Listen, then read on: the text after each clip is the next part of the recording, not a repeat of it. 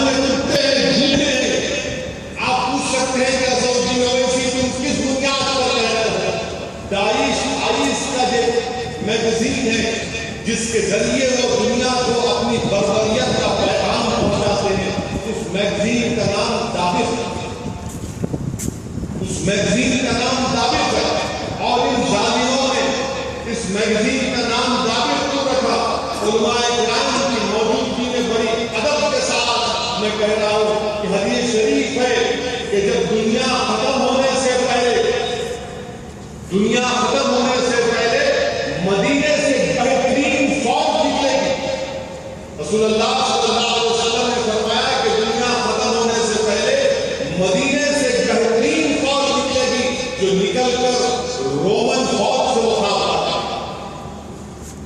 میں اس جہنم کے کتے سے پوچھنا چاہ رہا ہوں، بتا جب یہ حدیث حق ہے تو پھر تو نے ان کتوں کو مدینہ شریف میں کیسے بیٹا سکتا ہے محبت کرا؟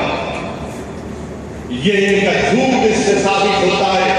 دابق حدیث ہے، جا کے علماء کرام سے پوچھ تو آپ سعودی اویسی کی بات ختم ہونے کے بعد ان سے بات کوئی جھوٹا نہیں ہو سکتا. اور ہم نے دیکھا کہ میڈیا نے دکھا کہ جہاں پر ان کا قبضہ ہے سیریا میں جس جگہ کا نام رفح ہے، رفح میں بتایا کہ بعض لوگوں نے روزہ نہیں رکھا تو ان کو مارا گیا، ان کی گردن کاٹی گئی. ہم پوچھنا چاہتے ہیں اس ظالم سے کہ تو نے رسول اللہ صلی اللہ علیہ وسلم کے مسجد نبوی حرم میں اپنے سوسائڈ بامر کو بھیجا. ارے جس دن تو نظر آئے گا کسی مسلمان کو اور ہماری حمیت، ہماری غیرت اور ہمارے رسول صلی اللہ علیہ وسلم سے محبت جس دن تو نظر آئے گا، یاد رکھ بغدادی تیرے جسم کے ایک نہیں 100 ٹکڑے کر کے بتائے گا انشاءاللہ.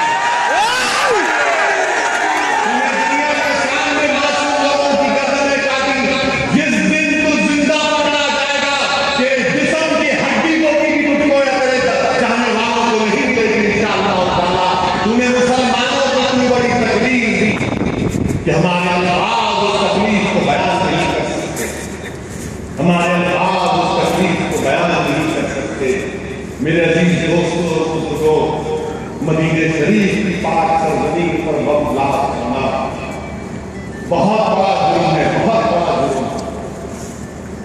اور یقیناً اللہ سبحانہ و تعالیٰ جیسا کہ ابھی آپ نے سنا کہ یہ شریف علماء کرام نے بیان کی کہ جو اہل مدینہ کو تکلیف پہنچانے کی کوشش کرے گا، اللہ ان کو نمک کی طرح جو پانی کو گلا دے سمجھاتے اس طرح گلا دے. اور آج سے یہ داعش کا خاتمہ ہوگا انشاءاللہ.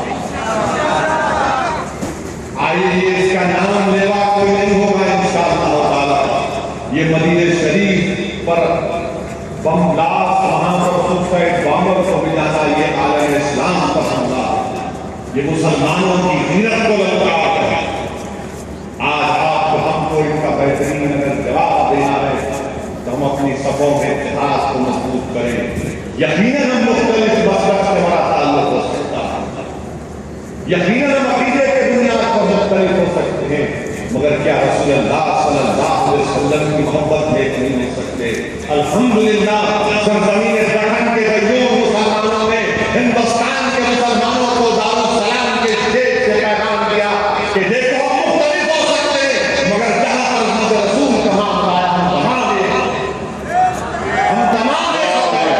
اور میں تو امید کرتا ہوں، میں تو اس بات کی شاید کرتا ہوں کہ یہاں پر جو ہم نے اتحاد کا مظاہرہ کیا کہ سب ایک جگہ جمع ہو گئے، یہاں ہندوستان کے طرح کے اتحاد کے مظاہرے. کوئی صوفی ہے تو بیٹھے ایک جگہ پہ، کوئی دیوبندی ہے تو ایک جگہ پر بیٹھے، کوئی بریلوی ہے تو ایک جگہ پر بیٹھے، کوئی سنی ہے تو ایک جگہ پر بیٹھے، اگر کوئی حدیث ہے تو ایک جگہ پر بیٹھے. یقیناً اختلاف ہے، سیاہ ہے تو ایک جگہ بیٹھے، مگر کیا چیز جوڑتی ہے، کیا چیز ملاتی ہے، وہ ہے رسول اللہ صلی اللہ علیہ وسلم کی محبت. اس سے بڑھ کر کوئی دولت نہیں ہے، اس سے بڑھ کر کوئی دولت نہیں ہے میرے عزیز دوستو. اور الحمدللہ اللہ کا بہت بڑا کرم ہے. یہ کریڈٹ مجھے یا میری جماعت کو نہیں جاتا، یہ کریڈٹ عوام کو جاتا ہے، یہ کریڈٹ معزز علماء کرام کو جاتا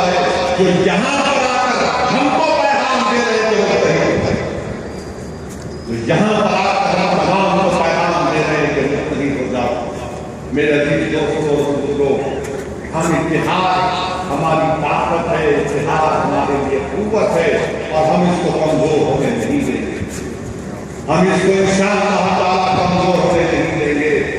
یہ انشاءاللہ تعالیٰ یہ داعش کا خاتمہ ہوگا۔ میں آپ سے کہہ رہا ہوں کہ اگر ہمارے دل میں اقرار کر رہا ہوں اس بات کا، بغیر کوئی الفاظ کو چاہے میں اقرار کر رہا ہوں کہ ہاں یہ پرابلم ہے ہمارے پاس، اس پرابلم کو ختم کرنا ہے۔ اور کیسے ختم کریں گے؟ رحم کرو ایک دوسرے پر۔ اللہ کے رسول صلی اللہ علیہ وسلم نے فرمایا کہ تمہارا ایمان یا کامل ایمان والا وہ ہے جو رحم کرے۔ تو صحابہ کرام نے فرمایا یا رسول اللہ ہم ایک دوسرے پر رحم کرتے ہیں۔ رسول اللہ صلی اللہ علیہ وسلم نے فرمایا ایک دوسرے پر نہیں، ساری انسانیت پر رحم کرنا، ساری انسانیت پر رحم کرنا ہے، ساری انسانیت پر رحم کرنا۔ اور مجھے یہاں پر آئیسس بہت بڑا خطرہ یاد رکھا۔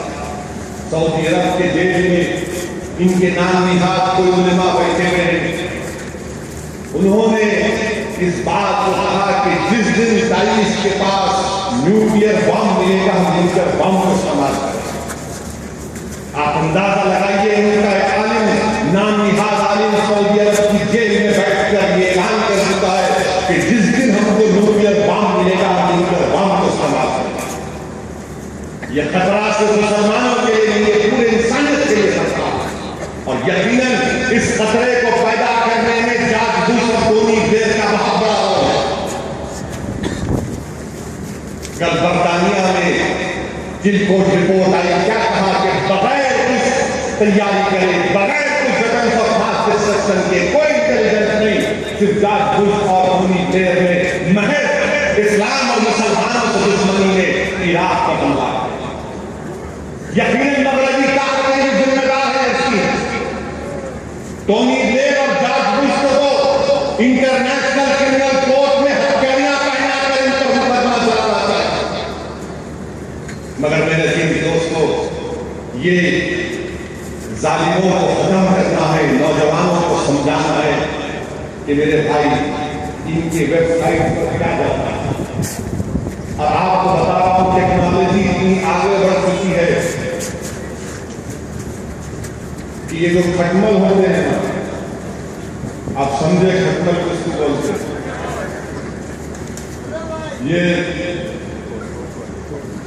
یہ لوگ